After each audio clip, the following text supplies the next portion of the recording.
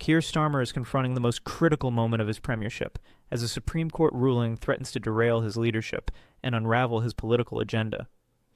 At the center of the storm is Starmer's controversial proposal to slash welfare spending by up to £6 billion, cuts critics say could irreparably damage the National Health Service, NHS, and dismantle core public services. The backlash has been swift and severe. Internal labor dissent is growing, with senior figures, including Ed Miliband, reportedly distancing themselves.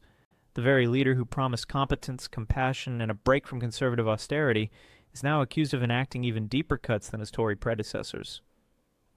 Starmer's vision of uniting corporate interests with labor's traditional working-class base has faltered. His leadership, once seen as a stable alternative to conservative chaos, is now marred by indecision, policy U-turns, and cabinet infighting.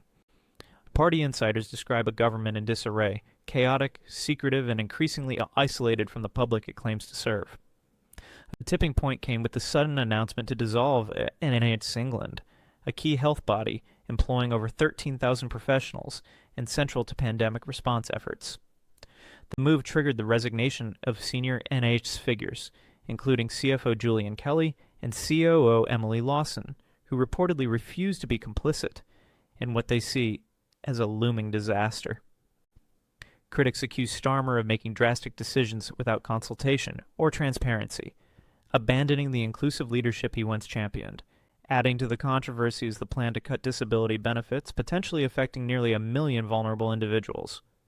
Despite claiming personal insight into disability issues, Starmer has used emotional appeals in Parliament to justify cuts that advocates describe as cruel and inhumane. Even former Chancellor George Osborne has reportedly expressed concern over the scale of these proposals. Labour's internal unity is fraying. Deputy Prime Minister Angela Rayner and other MPs are pushing back against the welfare cuts, while Diane Abbott accused the leadership of silencing dissent.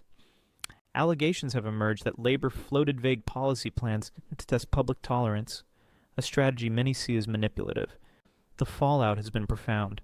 Starmer's approval rating has plunged to just 17%, lower than Boris Johnson's at a comparable stage.